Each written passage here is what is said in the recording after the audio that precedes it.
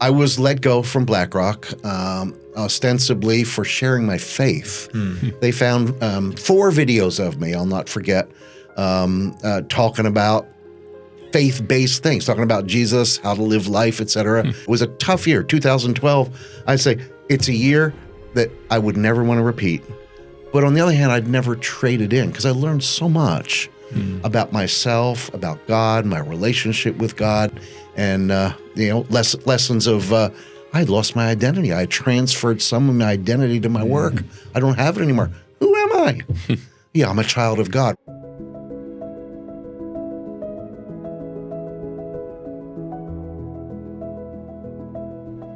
All right, welcome to Plan to Prosper. I'm your host, Logan MacGray, and I've got trusty co-host Dalton Greiner here with me today. And today we're joined by a very special guest. Right across the table from me, Bob has been a highly respected voice in the financial and investment markets for decades now. He has had a distinguished career in finance, which has included serving as the chief equity strategist at BlackRock. In addition to BlackRock, he spent time at Merrill Lynch, Oppenheimer Funds, and Nuveen, where he's managed equity portfolios as well.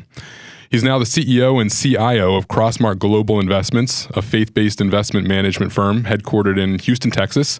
He's also a portfolio manager on a number of their funds as well.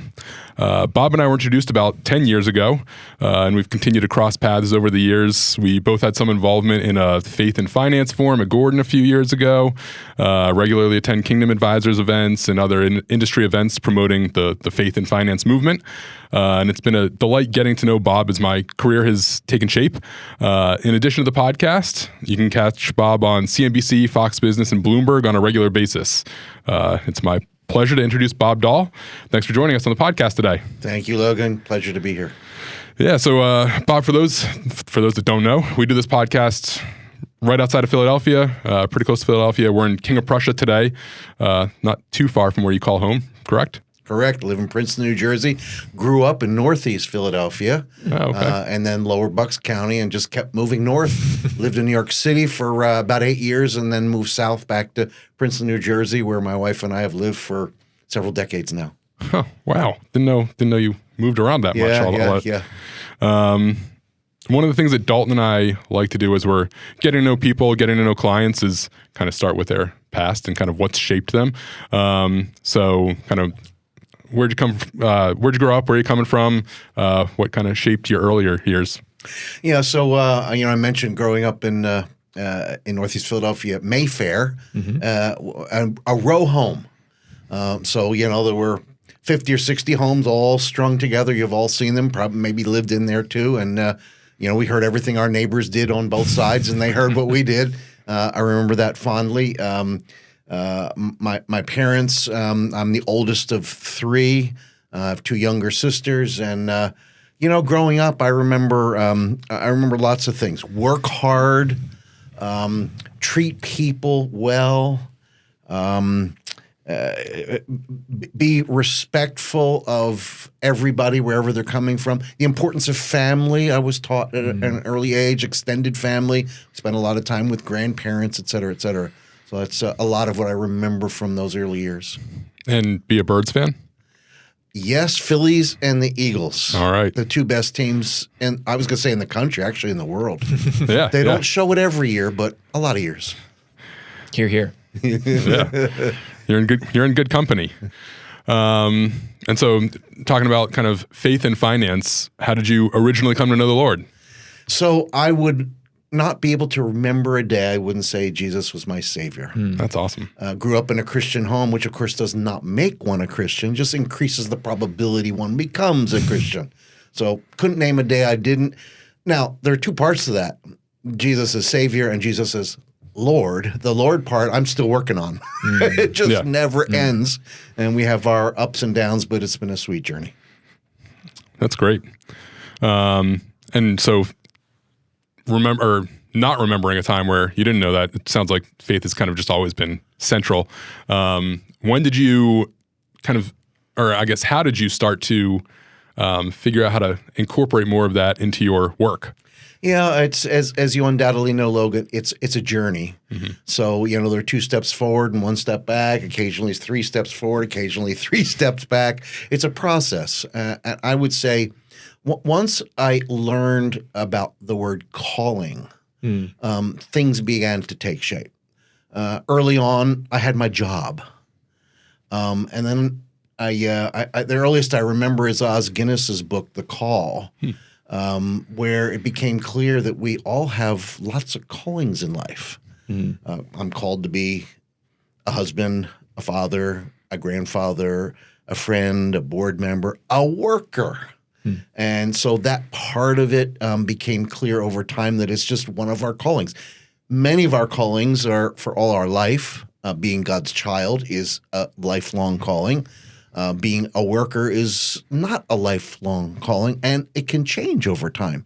So as I understood those concepts over time, it became pretty central that faith and work went together. And we all know about the faith and work movement, which is taking lots of good roots, but still has a long way to go in this country. Yeah. As you talk about your calling, what brought you into the investment world? Yeah. So I grew up in a middle-class home. I had no idea what the stock market was. I'd never heard of a stock. Between undergraduate and graduate school, I dated a girl. As I like to say, I didn't fall in love with her, but I fell in love with what her father did for a living. He was an investor. And he bought stocks, and he would talk about this company and that stock, et cetera. And I said, this is fascinating. And I kind of fell in love with it and realized as time went by, this is what I'm going to do. This is my professional, my work calling in life, and have never left it. Wow. So you went to college for... I went to college. I went to Lehigh University as a math major. Okay. I love numbers and what numbers did. And by sophomore year, the only numbers that I encountered were the page numbers on the math textbook. It was all Greek symbols. This is not math. Of course it was. What I was more interested in, didn't understand, was applied math, if you will. So then I started taking industrial engineering, operations research, finance, accounting, economics courses. That's math, if you will. And so I incorporated that. And as I said, in undergraduate school, then the discovery between undergraduate and graduate school went for my MBA and majored in investment management. Guess what? And, the rest is history. Okay. So can you give just a brief overview then after that? How'd you end up at BlackRock? What did your career look like to that point? So I started at Citicorp Investment Management as a equity securities analyst in a big investment management department.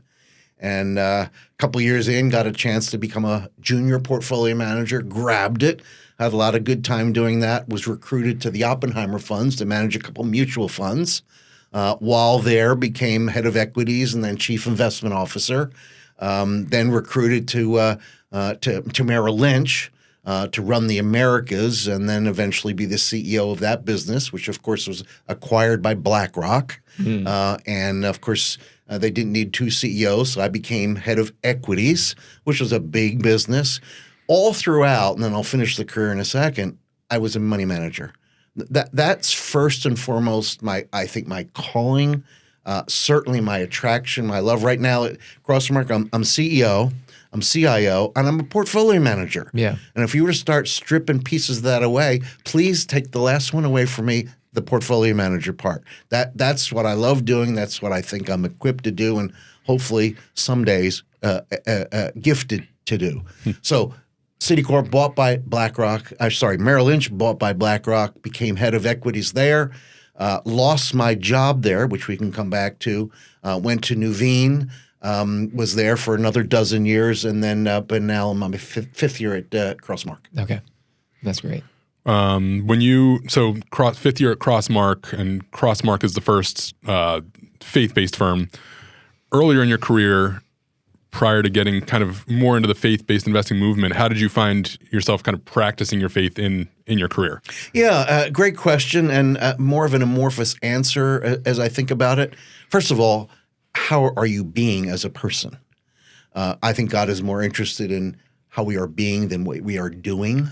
So in other words, how am I being at what am I doing? Am I treating people, back to the things I learned as a child, am I treating people well, or am I stepping on them to move to the next level, as it were? Those kinds of things. How do you treat people? How do you interact with colleagues? How thoughtful are you in that process? So it's how are you being? Nothing to do with the investment process per se, Logan, but eventually, and I'm going to give you a little that contour.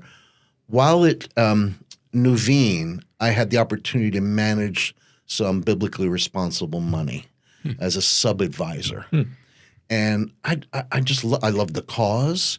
I love the trying to find out what to exclude, what to include, who to give an extra pat on the back, while not abandoning all the good things that you learn as a money manager, finding good companies. I can remember when I did move to Crossmark, I started talking about all these faith-based parts of the investment process, and one of my friends said, "You always used to talk about cash flow and good management." Oh yeah, that's a given. You have to start there. You can't just buy a company because they treat their people well. It has to be a good business. So incorporating the two has been just a wonderful thing, and we can elaborate on that if you like.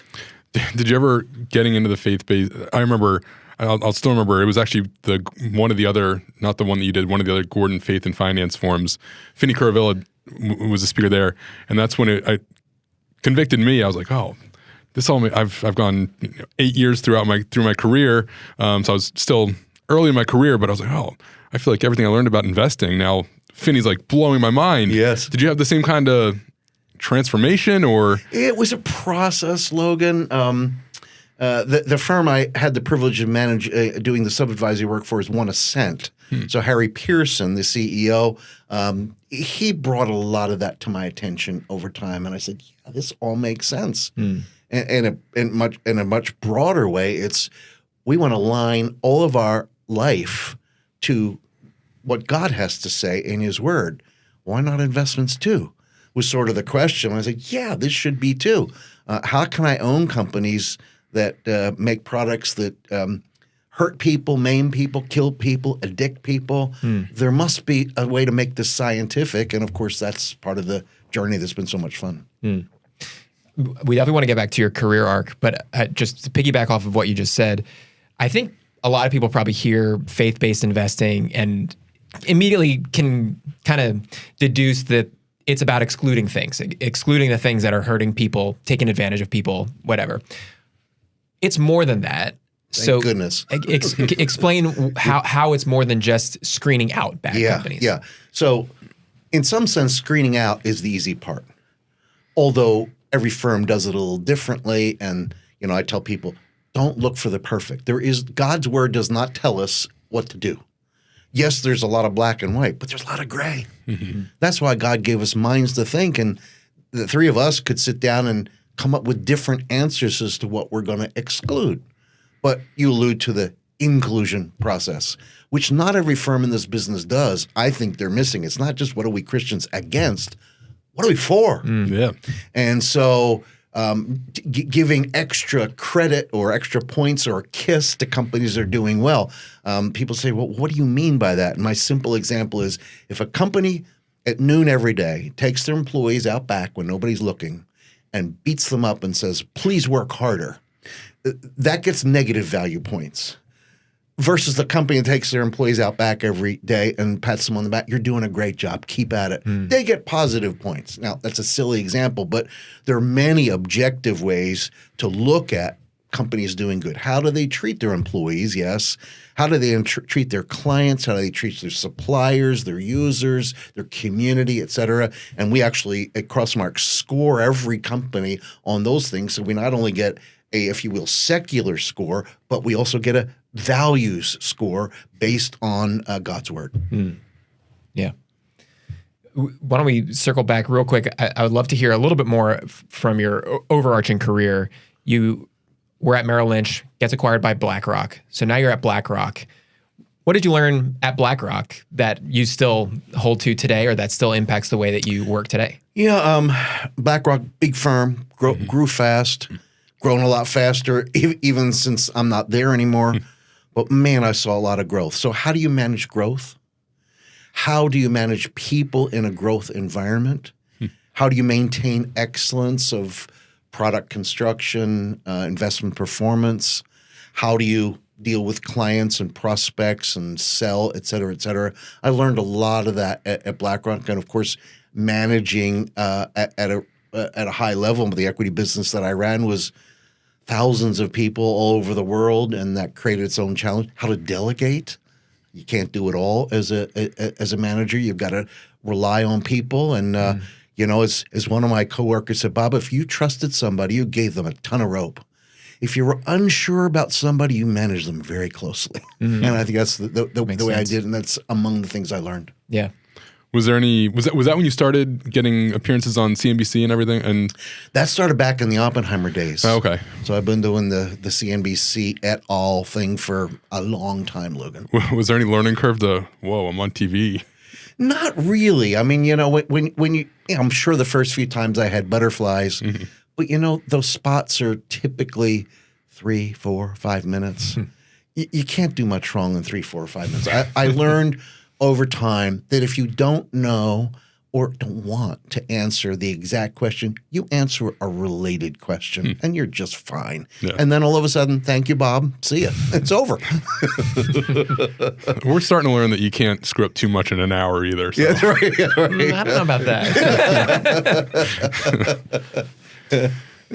So what ended up happening that led you away from BlackRock? Yeah, so I was let go from BlackRock, ostensibly for sharing my faith. They found 4 videos of me, I'll not forget, talking about faith-based things, talking about Jesus, how to live life, et cetera. And I think the accusation was you were introduced as a senior muckety-muck at BlackRock, and then you addressed your church groups. Well, they weren't. It was a commencement address at a Christian university. I think it was a New Canaan Society a speech, et cetera, et cetera. Anyway, you guys know, unless you have your hand in the cookie jar, which I didn't. If you're senior, there's usually a lot of reasons. And when I look back, I didn't bleed BlackRock blood. I think I contributed a lot to the firm, but I didn't kiss the ring all the time. And, it was time for me to go. And I remember, obviously, I had to hire a lawyer. And the lawyer said, you want to fight this? I said, no, they don't want me there. Time to move on. I was hurt by it. It was a tough year, 2012. I'd say it's a year that I would never want to repeat. But on the other hand, I'd never trade it in because I learned so much about myself, about God, my relationship with God, and, lessons of I lost my identity. I transferred some of my identity to my work. I don't have it anymore. Who am I? Yeah, I'm a child of God. Well, I knew that up here, but not so much that long distance between the head and the heart. So a lot of lessons learned during those days. And I look back and people say, you may never understand why. And I can remember vividly, in a little more than a year, I had a long list of things that God permitted, God encouraged, that wouldn't have happened had I not lost my job. So I'm very thankful for that. And then you transitioned to Nuveen? I did. Back to the earlier conversation, I remember being intrigued about faith-based investing then. I talked to Rob West, the CEO of Kingdom Advisors, who many people know. And Rob's wise counsel was, Bob, this little industry is not ready for you yet. Go out and continue to establish your reputation, maybe later. And that was good advice. Because back then, we didn't even know, well, if you invest in a faith-based portfolio, how much return do you give up? Yeah. We didn't have the empirical evidence that says you don't give up anything. So that's then I went to Nuveen, got the opportunity to manage that sub-advisory work, which kind of pulled me in that direction. Okay. And then from Nuveen to Crossmark? Nuveen to Crossmark. Nuveen, I love Nuveen. Headquartered in the Midwest, founded by Christians decades ago. Still had Midwest influence. So the culture fit. I fit the culture. And then Nuveen was acquired by a New York firm, and the culture began to change fast. And I remember saying to my wife, I thought I was going to finish my career here. I'm not going to. What am I going to do? And that's why I said, this faith-based thing. Let me go investigate. So I talked to 4 faith-based money managers. Thankfully, could have gone to work for any one of the 4. And for a bunch of reasons that I'll spare you the details, I went to Crossmark, and that's, like I said, about 5 years ago now. Okay. Was there something that made you feel like the little industry had gotten big enough? Not really. It still is small, as you know, Logan, but it's bigger than it was when I joined, and it was bigger then than it was when I had a stray thought to do it a bunch of years before. I think we were able to answer the question, well, how much do you give up? Because we had a lot of empirical studies that say you don't give up anything. Some years it's better, some years it's worse, but over time it's about the same. And a lot more products had been introduced. There were more companies. So it was becoming, if you will, a legitimate part of the money management business. Okay. So you were working at the highest levels of secular asset management and then moving to faith-based investing. How was that transition? Was that difficult, strange, or it was easy? Easy. I look in the mirror still and say, Bob, what took you so long? Yeah. I remember a conversation with my pastor. I said, I'm thinking of doing this, but I'm not sure. Maybe I shouldn't be in a Christian bubble. Maybe I should, And his comment was, you spent 40 years in the secular investment management world. You succeeded admirably. Go do this other thing. You can help that out and help people line up their faith and their investments. And so I'm glad I took that advice. Yeah. What was it about Crossmark that made you go in that direction? Yeah, need for a large cap U.S. Okay. Most firms have that. They didn't. A desire to have a chief investment officer. They didn't have one. Presence on financial media. A lot of firms didn't have it or didn't want it. And that was a logical piece of what I brought with me. So there were a bunch, and there's a few other reasons too. I think that we have at Crossmark SMAs that can be customized. A lot of firms, it's here are our products, take them or leave them. Yeah. We have flexibility to create what a client might want. We had a bunch of money, still have a bunch of money that's not faith-based. And I think that's a great witness tool. I remember not that long ago inquiring of a non-faith-based person who was investing with us. I said, why? Well, you have good products, you have good performance, you have good service, and I trust you guys because of the people you are. And I was like, well, then why don't you become one of us? That's a whole nother story. From our perspective, it seems like this small industry is starting to gain more talent. Do you attribute that to anything in particular? Yeah, I think it's real simple. The number of individuals, the number of financial advisors, financial planners, RIAs, and a number of institutions that want to line up all of their life, in this case, their investments, with their faith is growing. You talk to the typical Christian, and they say, yeah, I want to line all my life up with my faith. Well, that's a journey. It doesn't happen overnight, and often investments is the last piece they tackle. Yeah, I would say it's not intuitive. It's not like, oh, are my investments aligned with we see that. Absolutely. And I often hear from somebody, I think I'm living my life best I can according to God's word, et cetera, et cetera. Oh, my investments, my financial advisor takes care of it. Yeah. Yep. Well, have you thought about what you're investing in, et cetera, et cetera? It takes somebody pointing it out to you and giving you the specific examples to see, I had no idea. And this is going to be kind of a silly example, but I think about in the maybe Reformed Christian world, there's a argument about the second commandment and whether or not images of Jesus violate that. The first time I heard that, I thought, that's crazy. I watched The Passion of the Christ when I was a kid. I had the flannel board in Sunday school with a little picture of Jesus. There he was. I was violating the second commandment. But then I thought about it more and I thought, well, maybe they're right. I could be violating. So it was just one of the, had it not been pointed out to me, I would have never known that.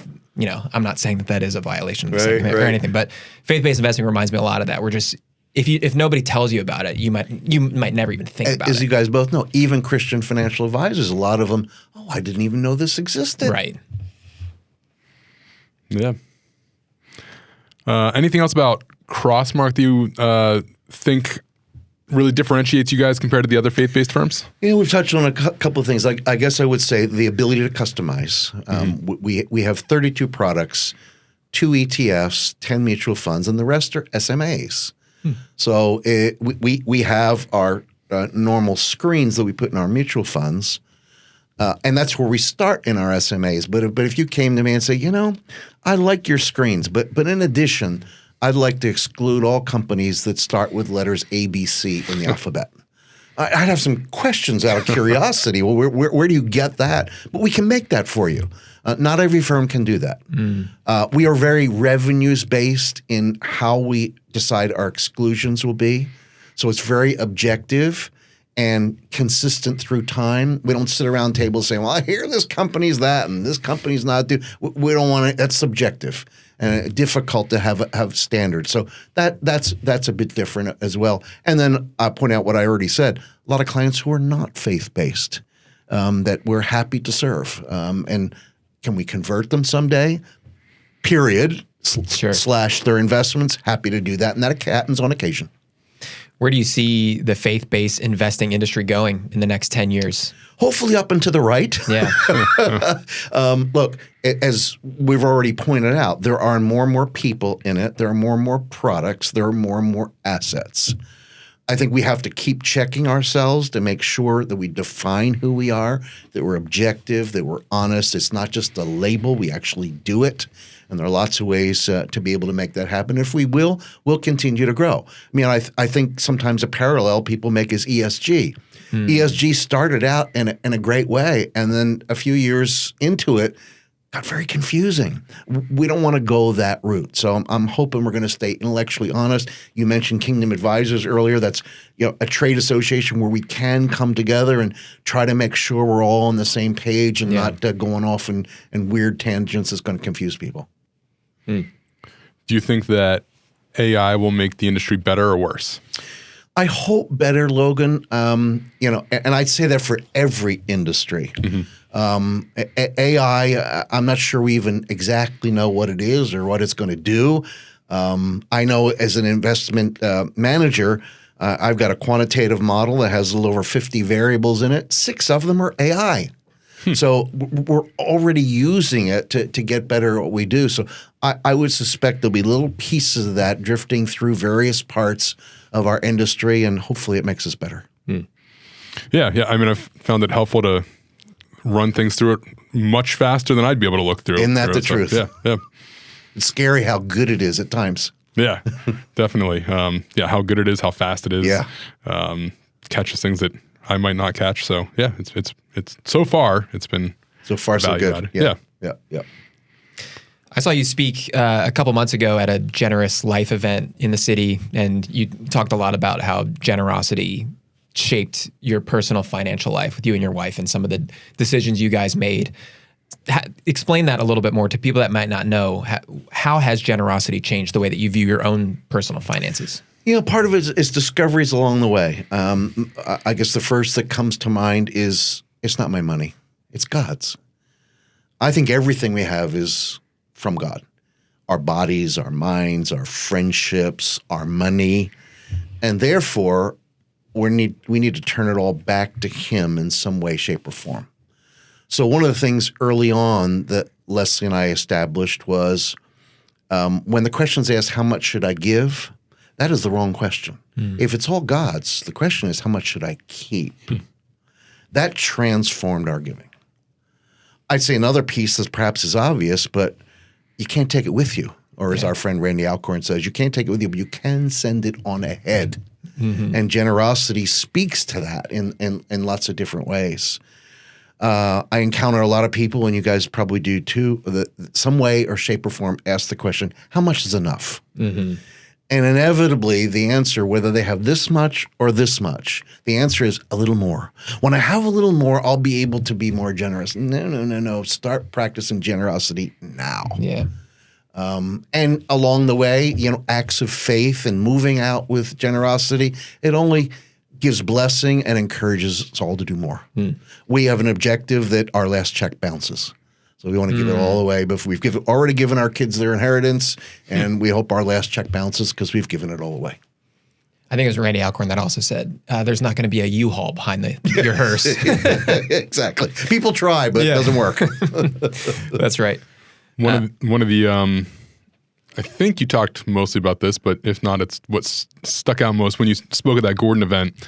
You talked about how you and your wife had to figure out how to kind of pare down your list of who to be generous to. Can you talk through that process a little bit? Yeah, we haven't pared it down so well, Logan. Leslie would like us to pare it down. I exaggerate.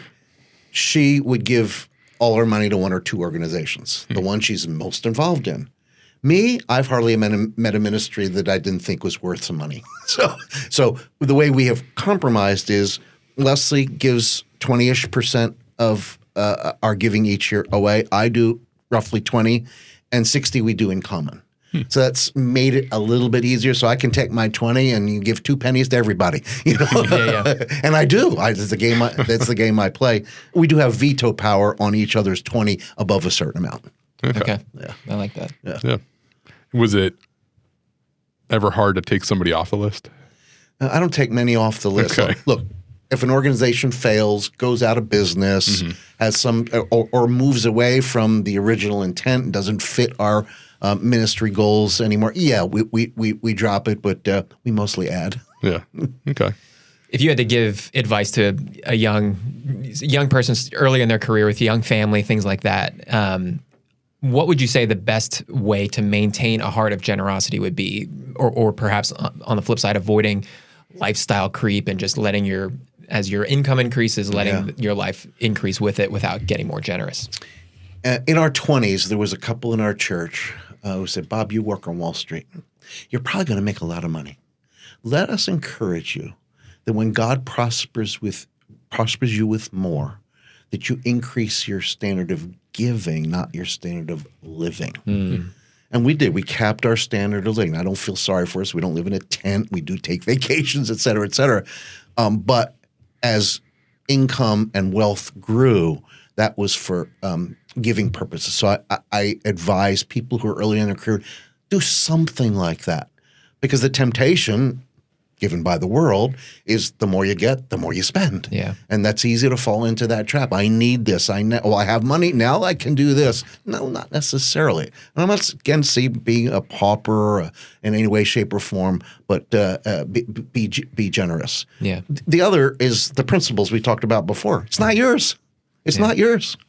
And, there's scriptures that talk about, when people are faithful with a little, God gives more. Yeah. And that can happen. And, what are you doing to be generous? Look around. The world is a needy place. Yeah. Physical needs, spiritual needs, and trying to blend the two is so key. Yeah. We shared the story of R.G. Letourneau on our podcast a few months ago, and he just built this enormous business and the Lord blessed him immensely. Yes. And he had it's not about how much of my money I give away. It's about how much of God's money I keep for myself. Correct. And you find you can live on a lot less than you think you can live. Yeah. At least most of us that have been blessed with a bunch. I recognize for somebody who's not making a lot of money, it's a lot harder. Sure. Yeah. All right. I'm sure a lot of people know, some people might not know, you do 10 predictions every year. Yeah. How long have you been doing that? About 35 years. Wow. Yeah, long time. Long enough to try to get it right. We've actually, we have a grader. We've been given a grade of 72% on average over time. 72. Wow. That's impressive. Yeah, our best was a 9 out of 10. Our worst was 6. Oh, okay. I fear the year when we get 3 right out of 10. Here's the 7 Bob got wrong, 3 got wrong. Come in here when he says about next year. That won't go very far. So we word some of them, so we're pretty sure we'll get it right. Is that something that you prep all year long, or is that something you kind of work on at the end of the year? As you, it's like writing a master's thesis. It's a lot of work. Yeah. I start toward the end of October to make notes. When I have a thought, I'll write it down, or I'll read a piece of research, rip it out, underline it. And by the second week in December, I'll have a pile about EA like that. And my assistant knows, second week in December, no meetings, no phone calls. And I literally sit on the floor in my jeans and flannel shirt and make piles. The earnings pile, the interest rate pile, the foreign relations pile, et cetera, et cetera. And I usually come up with 25 or 30 and narrow it down to 10 that are hopefully consistent with one another. That's the process. Okay. And I am glad when it's over. Yeah. You should scan all those documents, throw them into ChatGPT, and have them organize it You're a for you. smart man. I should exactly do that, and it might get a lot better than what I actually do. Well, I don't know about and that. take a lot less time. Yeah, just could save you some time. Wow, that's amazing. Do you pay close attention during the year? Like, ooh, this one, this one's looking good. Well, I don't have to. People call me on it. Yeah. Bob, you're hitting a home run on this one, but what's wrong with that one? And there are actually a couple of journalists who feature them the beginning of the year, and then the middle of the year they call me back for another session where we view how we did halfway through the year, and then again at the end of the year. So it's gotten a little traction. So at any given time, you're both answering for what you said last year and preparing for what you're going to say. Something like that. Yeah, I mean, obviously we want to get them right, but the goal is to help people think. Yeah. And we don't change them during the year. I mean, I'm not a strategist. I'm a portfolio manager. And so we live with what we say and I say, got this one wrong. Here's why. Got this one headed in the right direction. Here's why. Yeah. I can't remember what they were in like 2022. Me but neither. Does anything just like when Russia invaded Ukraine? Did that derail anything that you would say? No, I don't think so. I can't remember what we said about the market in that given year. I do remember, one we get a lot of credit for, we predicted Trump's first victory. Wow. Before he was even nominated. Wow. So that was a lucky shot. that would have been impressive if it was a day before. Yeah. Good point. Good point. That's right. Good point, Logan. Wow. Dalton, any stick out to you for this year? Yeah, we were looking at them, and we wanted to come up with a couple questions that. Yeah. And so you mentioned that 2026 might be a tougher year to make money with earnings growth falling short and valuations compressing. What does an environment like that reveal about an investor behavior, and where do people tend to make their biggest mistakes when the returns aren't easy? Yeah, I think the mistakes are chasing things in both directions. People piling in at the top and bailing out at the bottom. That's the biggest mistake people make. You know that. I think what we're trying to get across in that prediction, first of all, as you know, we've had 3 years in a row of double-digit returns. 4 in a row has only happened once in the last 100 years since the S&P 500 was formed. It's actually 5 years in a row, and that was into the dot-com peak. 5 years in a row of double-digit returns. So the point we're trying to make is profit margins are at an all-time high, and to get the 14% consensus growth for earnings this year, it's going to take higher profit margins. Maybe they go higher, but I mean, I think there'll be 7% is long-term earnings growth in the U.S. Our guess is we'll hit double digits, but I'm not sure we'll get to 14. And then the PE side, the valuation side, stocks are expensive. And they will probably stay expensive as long as earnings estimates are moving up and as the Fed is friendly. But something gets in the way of that. We could have a little PE erosion and, earnings a couple points short, a little PE erosion. That's a single-digit return at best. Mm-hmm. That's the point we're trying to get across. Yeah. Don't be greedy. Mm-hmm. I wonder more about the earnings part because I mean, like one of the big tests was the companies getting through an increase in tariffs last year. Yes. Why do you feel like this is the year where earnings might not keep up as well? First of all, last year earnings fell short of the consensus at the beginning of last year by 2 points. So it's typical. Analysts think their companies are going to get everything right. I'm exaggerating, but you get my point. I think it's if in fact we have inflation of closer to 3 than 2, there'll be enough cost pressures that companies have a hard time increasing profit margins from these all-time highs to even higher, which is necessary to get the double-digit stock market return again. Unless you're going to tell me P's are going from 22, 23 to 25. I don't think so, but it's possible, of course. Yeah, possible with a probable new Fed chair. And seems like rates will, in that case, continue to fall. They very well might, but we heard even from the Fed meeting this week that it's hard to argue, the chair said, that policy is in any way restrictive, such that lowering rates makes sense. Mm-hmm. All right, that was good. The second one that we wanted to ask about is one of your predictions is that faith-based investing will grow for the 10th straight year. What's driving that growth, and what responsibility comes with it to make sure this movement stays rooted in conviction rather than marketing? Yeah, I love that last part. Let me cover it first. It's back to what we said earlier. We can't just put the label up and not have meat behind it. There's got to be meat on the bones. One of the things we do at Crossmark, as I said, we give a value score to each of the names we hold. And then we look at all our portfolios every quarter. What percentage of the names in our portfolios are in the first quartile of those value scores, second, third, and fourth? And portfolio managers need to have 40% in the top quartile, 70% in the top half, and less than 10 in the bottom quartile. We argue that's putting our money where our mouth is. So we have to be genuine. And if you do that, then it becomes more than just a marketing slogan. And we have to guard against that because the temptation can be, oh, I see that part of the business is growing. Let me hang out a shingle and say I'm a faith-based manager. We got to root that out if we have to. Do you ever feel the need to defend faith-based investing in periods where, because of sectors or what have you, it's lagging a little bit? All the time. I mean, one of the doubts on the part of a lot of people who are even doing it or more likely thinking about it is, how much return do I have to give up? Mm-hmm. And so you're constantly defending that, showing empirical work that says you don't give up anything. But inevitably, as we said earlier, it doesn't mean the returns are the same. Some years are a little better, some years a little worse. It's over time. So that's a constant line we have to use. I think the other thing that I run across, Logan, is, well, you don't exclude this company and that other firm does. Who's right? And I come back to, there is no perfect answer. Don't let the perfect get in the way of the good. Get started some way, somehow. We get that question a lot too. Or I suspect so. Prospective client will bring a plan with an investment proposal to another advisor. Yes. And they'll come back and say, oh, this advisor says you have XYZ fund or stock, and why do you have that one? Yes. So yeah, we get that one a lot too. And it is I guess maybe not surprising that people get detailed just because it's what they care about.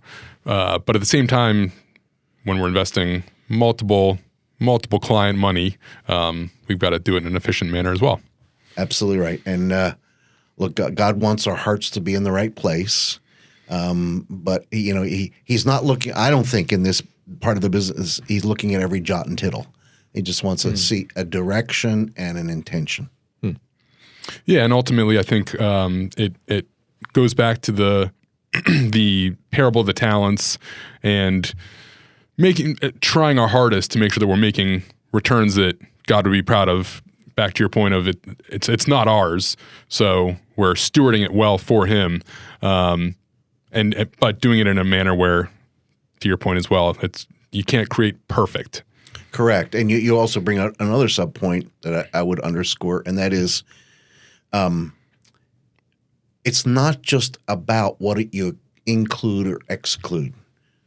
We're in the investment management business, so returns are really important. Yeah. I like to say it's investment returns plus values-based investing. How does that come together in a way that clients can have an experience that's a good one, both from the values-based side, the faith-based side, and the investment returns? Can't sacrifice either. Mm-hmm. Yeah. We often do see clients that are just like so gung-ho about this idea when they hear about it that they will tell us we're willing to sacrifice return because we just want to do the right thing. Yep. And they get so relieved when it was just like, well, that's not, you don't have to. Right, and it's not terribly surprising to when you dig into it that the Lord would bless something that's trying to honor Him. Here. And we pay our portfolio managers based on how they do versus all products in their category, not just the faith-based ones. So they got to beat everybody. Yeah. So there has to be underlying investment rigor to have a shot at doing that. And the reason we do that is we want to give our clients good returns. For somebody that maybe is hearing this that doesn't currently do faith-based investing, or this is the first time they've heard about it, are there any resources that you would recommend that they might look into that would help them understand a little bit more and maybe want to dive into that more in their own life? One easy way is to just go to the websites of the various firms that are in the business. You'll learn a lot from that, and there are resources on a lot of those websites of things you can read and experience. Yeah, that's great. you want to get into some personal questions? Let's do it. Uh-oh. Yes. All right. What do you do for fun outside of finance? Outside of for fun, I sit on a bunch of faith-based boards, which is both enriching and also fun because it's very different. I play the piano and organ at church and direct the church choir. And you know what? I'm not a trained musician, so when I'm at the organ playing a Bach prelude and fugue, I'm busy, and my mind is busy, and I have no time to think about Crossmark or stocks. So it's a perfect escape. I would also argue, while I'm on the music train, it's a great way to memorize scripture. It sticks with you for a long time. I try not so much in this real cold weather, but I ride a bike a lot and walk a lot. I have a hard time believing that you're not a trained musician if you're playing fugues by Bach on the organ. Well, I cheat. Yeah. I did take 4 years of piano lessons, so I know a little something about that. My organ playing was kind of self-taught. As you know, good organists have 4 chances at the feet: toe and heel, both feet. I play almost always just with my left foot and toes, so I cheat. How long have you been doing that at your church? Oh, about 35 years. You're kidding. Yeah, a long time. That's amazing. Yeah. Wow. I used to be a worship leader at a church. Did you? Yeah. It's not as impressive as what you're doing. I don't know about that. And I gave that up to work at Stonecrop pretty much. But There you go. Was that a requirement? yeah, so, I don't know about that, but it's different world. But yeah, that's great. I love the scripture memory real fast. My kids are second grade and first grade, and kids that aren't in school too, but the second and first grader have to do Bible memory verses. And so I'll always try to find something on Spotify that's like a kid's song, and they learn it so much easier. Isn't that the truth? Yeah. It helps. It does. My mom died at 92 of Alzheimer's, and in the later years when she didn't even know who we were, I remember one time at Christmas, we went to see her at the home she was living in, and we just said, let's sing some Christmas carols. She chimed right in every verse. Wow. Yep. Music. Yeah. It's the last part of our brain to go in most cases. What does music give you that the markets never can? Worship.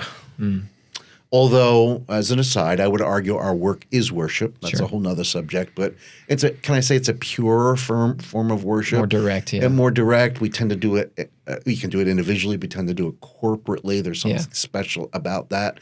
And I come back to, I'm not going to memorize scripture by picking stocks. In music, I have a chance of doing that. And those verses stick and make a difference. Yeah. Is it hard to do all that for your church because you travel a lot? I largely, I'm gone very few weekends. Okay. So I'm there and choir rehearsals Sunday afternoon. So I'm typically there on Sunday. Occasionally I'll speak somewhere. Like I'm going to Dubai to give some ministry addresses, and I'll miss a Sunday, and that's okay. So occasionally, and I take the summer off. I give them July and August off. Ministry addresses are allowed in Dubai? Yes, they are. Dubai is unbelievable in the way it has opened up to faith. Wow. Huh. Very tolerable. That's great. Yeah. When is that? When are you going? That's the end of February, beginning of March, as I recall. Okay. Yeah. That's great. Soon. Yeah. That's amazing. What's one habit you would encourage every investor to cultivate? Some of the things we've talked about. Get started. Yeah. Get started with generosity. Even before that, the whole savings process. Don't spend every dime you have. As they're saying, start early, do a little bit more, and be smart about it. If you do those things when you're young, all of a sudden you'll be accumulating. You guys know this for the work you do. You'll accumulate a lot. Don't wait till your 50s to start saving money. It's a little late. Start early. Get in the habit, and then with the generosity part, it's not yours in the first place. Standard of living versus standard of giving. All those practices. Yeah. You have 2 grown kids? We have 3. 3 grown kids. Yep. Any advice for 2 guys that are growing kids right now? Yeah, get them started on all these things early. For example, the generosity and giving things away. Our kids are involved, sort of. We wish they were more involved. They're busy. They have their lives. They have, 2 of them have young kids. So it's difficult, but my advice is get them started all these things early. And actually, one follow-up to that, you had mentioned you already gave away your inheritance. Yes. Was there any challenge for your kids receiving an inheritance early? First of all, they had no idea what our wealth was when we sat them down. They just couldn't believe it. As we had kept it not hidden from them, we just didn't live like we had that kind of wealth. So that was a rude awakening. A lot of like, oh my goodness, what am I going to do now? The way we set it up, Logan, is until they're certain ages, they have to come to us to use the money. So there's strings attached, if you will. Okay. That makes it a little easier because we have a dialogue then. Yeah, that makes sense. The name of our podcast is Plan to Prosper. And just one question I have is, what do you think it means to prosper? Well, there are lots of different ways to prosper. The two that come to mind immediately, of course, are on this planet and in eternity. And they can be inconsistent with one another if you're not careful. So I would argue, as I say sometimes, we are on this planet for this long, and we are in eternity for this long. Why? Why do we spend so much time on this and so little on this? I want to plan to prosper for this, which gets into all the principles we've talked about. And yeah, sometimes it means sacrificing on this side, but it's worth it. Yes, for the things of God, but for other people as well. So if you don't plan, you're unlikely to prosper. Or put it this way, if you do plan, you may prosper more. That's great. Yeah. Anything else from your perspective? No, that was awesome. Thank you so much. We forgot buy low, sell high. Oh, do we get that in? I don't think so. Thanks for the opportunity, guys. Absolutely. Thank you for coming on. It's been our pleasure to have you on. Thanks. All right. Well, thanks for enjoying another episode of Plan to Prosper. God bless. God bless. Investment advisory services offered through Stonecrop Wealth Advisors, LLC, a registered investment advisor with the U.S. Securities and Exchange Commission. This material is intended for informational purposes only.